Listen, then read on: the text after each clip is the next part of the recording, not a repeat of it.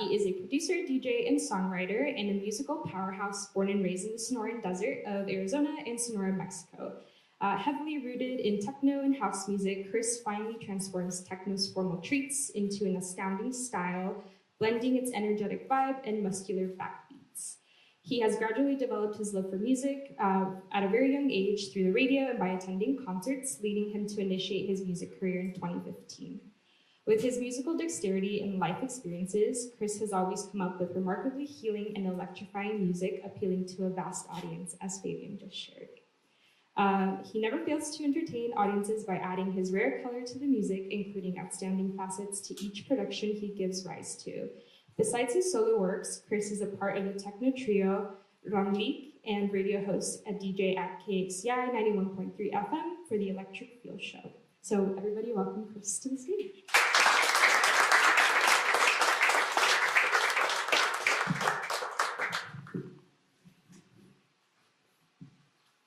Is that good? Hello, everyone. Good morning. Thank you all for being here. First of all, thanks to Galeria Mitotera, the Two Mouths. Appreciate everything you do for the community. I think I was telling the story that this is a special place and special people always inhabit this area. So thank you all for coming. Also, thank you to Fabian, Anita, Nisa, everyone that's here and part of the Creative Mornings Tucson. I think it's a beautiful thing what you're doing here, especially for creatives. I think growing up here, sometimes it's difficult to find people that are the same as you, I would say. I think we're all creative, like we said in the beginning. Let's start. My name is Chris Miranda. I'm a producer, songwriter, radio personality. I do Electric Feel Show for KXCI. I've been doing that for 5-6 years. I'll be on tonight if you want to tune in. That's 91.3. We're on 8 p.m. to 10 p.m. And the topic is trust. So I'll be talking about my personal experience with trust and what it means to me. And maybe you can take something and maybe it will help you as a creative. So the first thing for me is trust in your taste. I think that as an artist, it's really difficult to trust yourself and your taste. As you heard when you came in, you were hearing the records throughout my lifetime. Some of it was inspiration from my mom, that was a Sonora Santanera. You heard some Brazilian jazz that I found myself like 10 years ago, some electronic music that inspired me. So for me, the reason I'm here is because my taste, I believe. It's like they say, there's 1,000 DJs, well, 1 million now, right? Everyone's a DJ. That's a thing I hear all the time. But in my opinion, there's, how can I say it? There's no selectors. There's people that are playing music or making art, but they're doing it to follow a trend or because it's cool or they saw it on TikTok, right?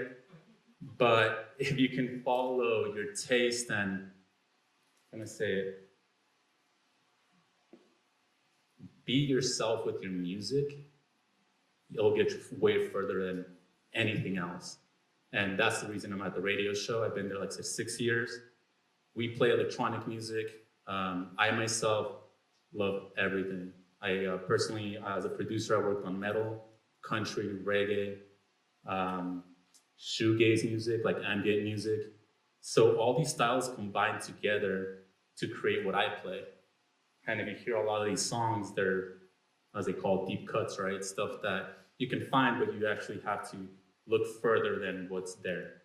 So that's the first thing for me, trusting your taste. It's super important. I always tell people, if you are gonna do one thing as a creative, trust what you're doing. If you're doing oil paintings, do your oil paintings, do your acrylic paint, whatever you do, filming, just trust that at one point someone's gonna care enough and they're gonna listen or they're gonna watch. They're gonna be inspired by what you do and inspired by your music. Some people came up as I was playing some music and they were telling me, hey, I remember this. And I'm like, yes, that's close to my heart. So a lot of that music I was playing, that's not me, but at the same time, it's me because I grew up with it and I have very fond memories of all of it. Oh, I guess I wasn't that close, We'll take it up, sorry guys. The other thing I want to talk about is trusting yourself, which is close in hand with trust. If you can trust yourself that you're making the right decisions, that, hey, I'm gonna go and play this event, and yes, it might not make me any money, but I might meet that one person, right? You might meet that one person that's gonna give you an opportunity to show what you do. It might be the most random person that you've never met before, and that person's in town, and they, hey, let me go and show up. It might be that person, and that happened to me. For me especially, I've been playing, I started producing music. I did it for a year, 2 years when I was in college. Unfortunately, the program that I had crashed my computer, and I lost everything. So when I lost everything, I said, I'm not gonna do it. I'm gonna study, right? And I put quotations because I didn't study much. I was still listening to music, going to events. Don't tell my mom. She might be watching, so just don't tell her that's the reason. But so as I was doing that, I remember I found electronic music, and I had been listening to rock. Rock is my thing, right? And also Spanish rock. So when I started DJing, I think I was 21 or 22, and it was here in Tucson. I was born and raised here. And there was a collective of people that invited me to an event. And I remember hearing this one song. I had bought a CD a year prior. It was my first electronic music CD. I was 22, and I bought that CD expecting it to be like electronic, right? The boots and cats, just very pumping and all of that. And as I was listening to it, I realized that it's more melodic, more vibey, more groovy. And this is Detroit techno. This is where techno originated from, right? So as I heard this CD, remember there was this one song, and it's called Atlas. I'll share the CD afterwards if you guys want to know what it is. But I remember hearing that song, and it stuck with me, right? Fast forward to a year later, I go to this event here in Tucson. It was at, I'm not gonna say where, some place downtown, right? And as soon as I walked in, the second song that was played, it was that song. So when I got there and I heard that song, it all came back to me, and trusting myself and my taste and just everything that I'd done to that point, that's what it led to. And at that point, I just wanted to be a part of it. I remember just being a part of it, and I said, how can I do this, right? So with that, it was finding trust in the community. And I think that's the hardest part. I was talking about it earlier with people. It's hard to infiltrate, right? To go into someone else's creative space or groups of family or friends, because I think the community is family. I think we all treat each other as family. We got coffee and donuts, and pan dulce. And that reminds me of home. That reminds me growing up in Mexico with my grandma bringing coffee. So it was all their friends, but everyone was your tia, right? Everyone's your tia, everyone's your tia. They might be like 3 times removed, as I say. Everyone's my tia, right? And your cousins, primos, all that. So for me, being in that space, I remember asking one of the people, oh, thank you. Great photos for you. Thank you. I remember asking one of the people, his name is Ben, and he lives in Germany now, but he was part of that collective, and I asked him, how can I be a part of this? What can I do? I didn't even want to play because I wasn't good yet, in my opinion, right? I didn't trust myself yet. I had been playing for 3 years. And he's like, you want to play? I'm like, not right now. I just want to be a part of what this is. And at that time, they were playing electronic music. And as you know right now, you have electronic music, and then you have EDM. EDM is, if you don't know the difference, EDM is a mainstream music. They're here in Vegas, right? And then the electronic music, for me, it's like the techno, the house, that you still hear in big festivals, but in the smaller stages, right? So I asked him, I'm like, how can I be a part of this? And I remember him telling me, like, just show up. And that's all he said. So I remember just having those words stuck in my head for, I think it was a week, trying to just decipher, right, what this meant. I thought it was going to be like some crazy philosophical thing that he was trying to tell me. And mind you, this guy's only like 4 years older than me. I think I was 23. And I told myself, oh yeah, I can show up and party. I can go and dance, all the time. That's not a problem. But then I realized what he meant was show up And if you stay, because we were doing after hours, that's what they were doing until 5 in the morning. What I realized was be there, and if you're gonna be there, be of service, help. Don't let anyone ask you to put some chairs away. Like if you go to church, I grew up going to church, right? Not anymore, but put up the chairs, right? If there's no water, refill the water thing. Whatever it is that you need to do to be of service and to help the community and that event, that's what he meant. And to me, what that meant was building the trust with the community so it can allow me to be a part of what they're doing, because it's a small community and one person can fragment and can break all of this. One person can do something really silly, it's really dumb, and they can just mess everything. It's happened a lot, especially with music and artists. There's a lot of substances involved, right? A lot of alcohol, different things that can mess just the whole thing. And I've seen it before, and you can see it with artists, you can see it in film. Everywhere in the creative process, you've seen that happen. So what I started doing was I showed up every single Friday, every Wednesday, every Thursday. I learned how to set up speakers. I learned how to set up the POS systems, right? The point of sale systems. I remember just sweeping. Never cleaned restrooms. That's the one thing I did not do. I did that enough in my restaurant life. Before all of this, I used to work at a restaurant. I did management. And then I worked at a bank, so no cleaning restrooms. That's not, I'll clean my own restroom. But everything else I did, I showed up and I kept doing it and doing it. And it was a little bit difficult at first because I was trying to make friends, but they were already friends. They had been going to college to U of A. And I'm still a little bit introverted in a way. But at that time, it was just even more difficult because, like I said, I wasn't trusting my taste and what I can bring to the table. And what I realized when I was there is that it's what I brought to the table was what my family taught me. Like I said, being of service, showing up, being nice, being kind, not asking for anything in return.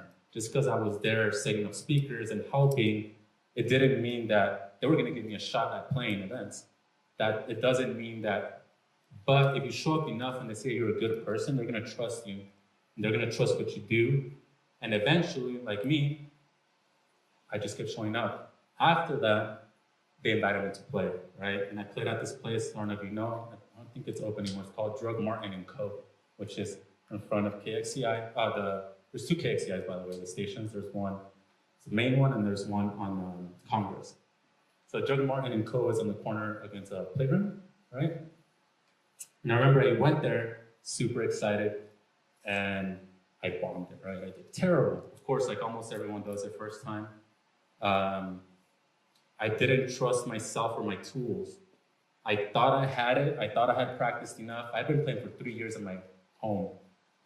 And I went and I bombed. But I took that lesson. Hey, you know what? You did not trust your tools, which brings me to the other point. Trusting your tools is, as you can see, you know, I try to carry as much as I can every time. That's why I don't fly a lot when I come to Tucson. I currently live in LA, been there for 5 years. I grew up here, but I come once a month to play the radio in person and to see my mom.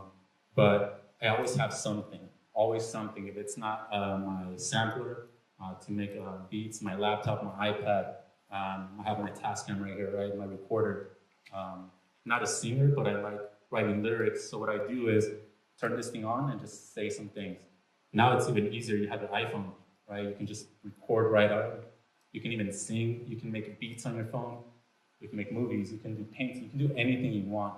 So for me at that time, I remember being at that show and not doing well and going back home and realizing what happened, analyzing what happened. And what it was I didn't trust, I trusted my taste at the time because I played everything I wanted to.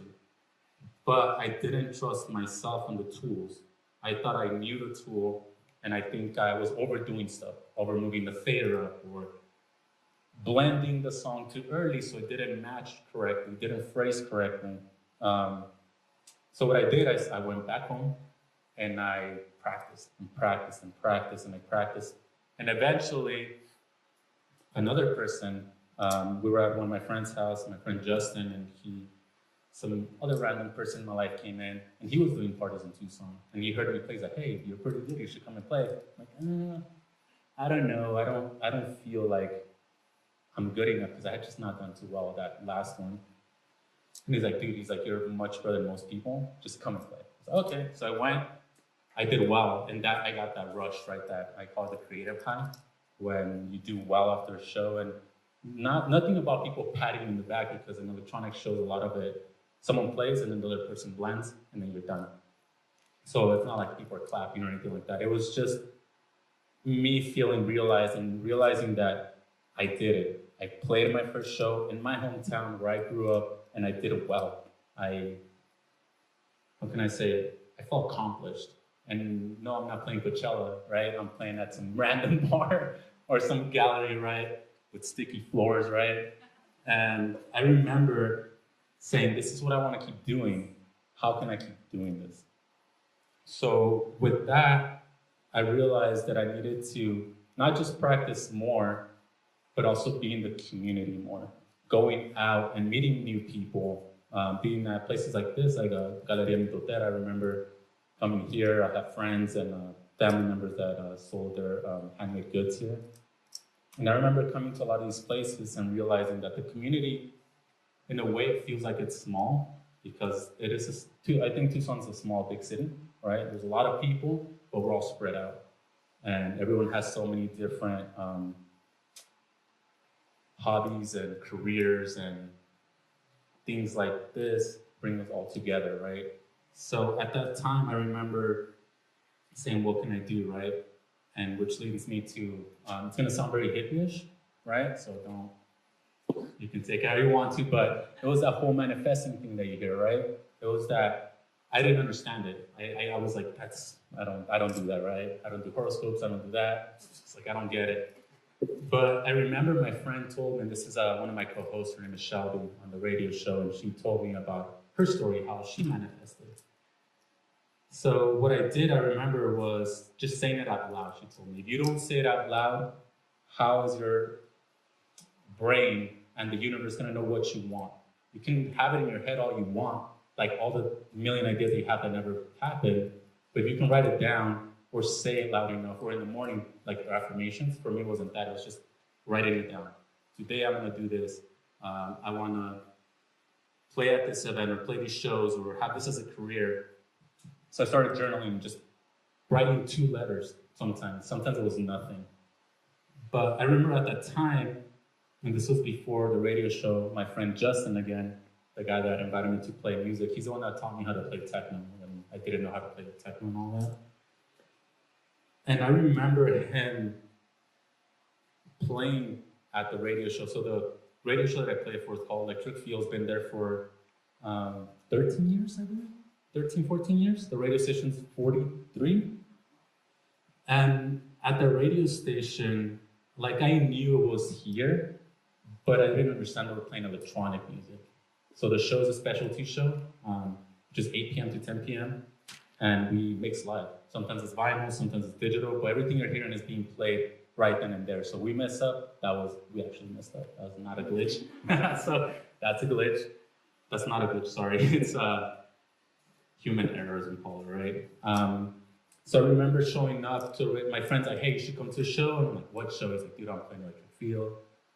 And he had been listening to this since he was in high school, right? He was there at the beginning just listening, so he finally got invited 10 years later, and I think this was 9 years later.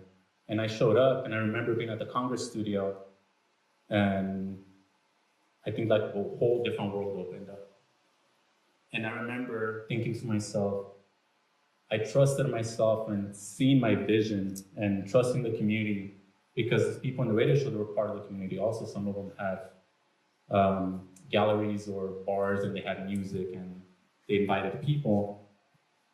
And when I got there, I remember that my friend played, everything was perfect. The show, them talking, you know, the DJing, the speakers outside of Congress Street, seeing people dancing while they were walking, you know, that, how can I say it, and invoke something new in myself, a new feeling that I did not have. And I think that was like excitement, right? I'm like, oh, radio. And for me, it was hard because I wasn't too much of a public speaker. I was like, I'm never gonna talk publicly in radio.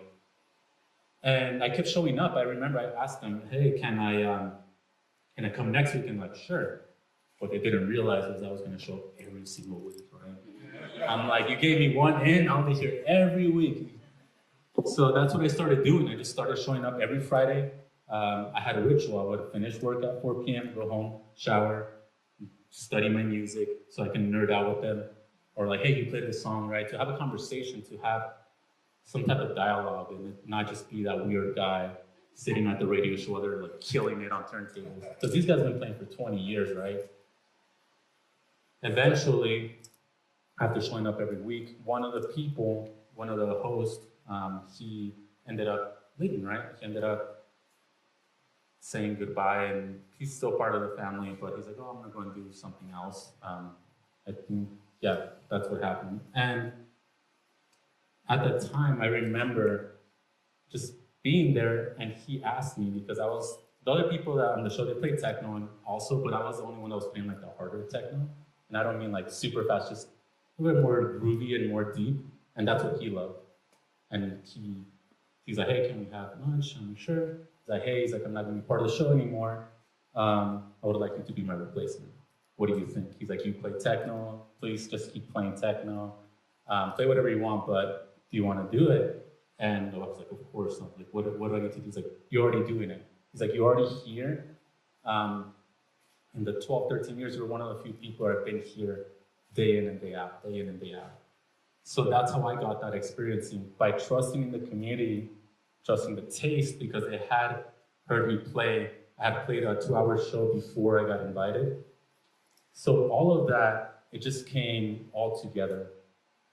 Trusting the taste, trusting what I did as a creative, trusting my vision. Growing up in a family that, yes, there was musicians, but how can I say it? It was like your tios playing guitar at, the family parties or whatever. It wasn't really a career. It wasn't, I think, especially as a Chicano, right, as a Mexican American, it's difficult for some family members to see past, how can I say it, the street performers, right? The artists that play at the bars or at the taqueria, right? It's difficult for them to see a career. And for me, for the longest time, I was closed, and I'm like, yeah, that's not for me. I didn't understand that the people I saw on MTV, they had a career and they did the exact same thing. They struggled, they went through the trenches by playing all these clubs and doing terrible a lot of the times, right? And going through the communities and everything I talked about, that's what I learned going through just this whole experience, right? I'm 33, well, I'm about to be 33. So those 10 years of just being a creative and making music, and like I said, listening to my family's music, going to, I was that guy in the quinceañeras that had like, you know what a rocola is?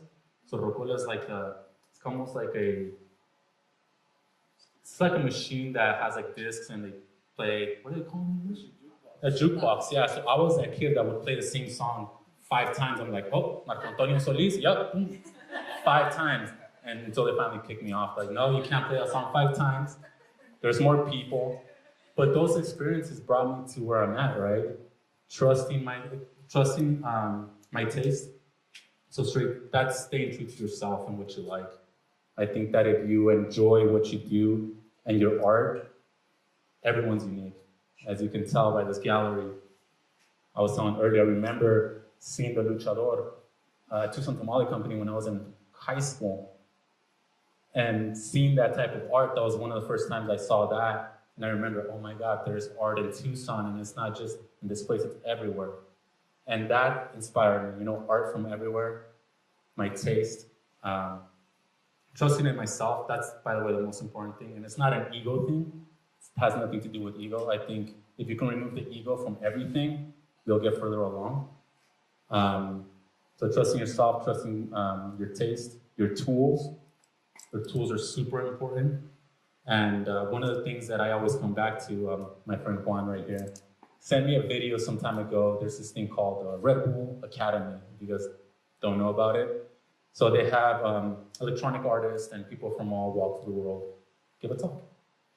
There's this artist that I really love, and he said, it's not what you have, it's what you do with what you have. And that stuck to me. And I always repeat it to my friends, and it's a thing that it's hard, especially when you don't have enough money. You're like, oh, I need that new Fender P bass that's $3,000. You don't. Like, you can do so much with so little.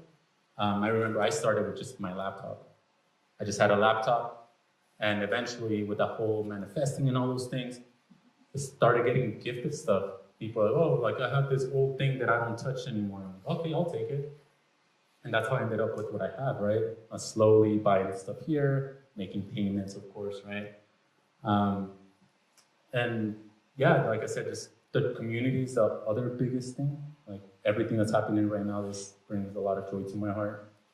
Being in this space, being with people that understand the importance of what you're doing, and that they're not here because they want something from you. They're here because they want to be a part of your life and be a part of your community and saying, hey, how are you doing? It's not like, hey, here, we're going to do this and this and this, right? And this and this. It's more about, hey, let's show up, let's see what it's about, how we can collaborate, right? And I think it's a collaboration part. And just, like I said, be nice. That's always the thing, be kind, be nice, help as much as you can. And if you do all those things, that trust thing, although it's a very short word, I think, in my opinion, is one of the biggest words that there is. It's the most impactful, the most powerful, because depending on your home situation, some people don't have trust in their home.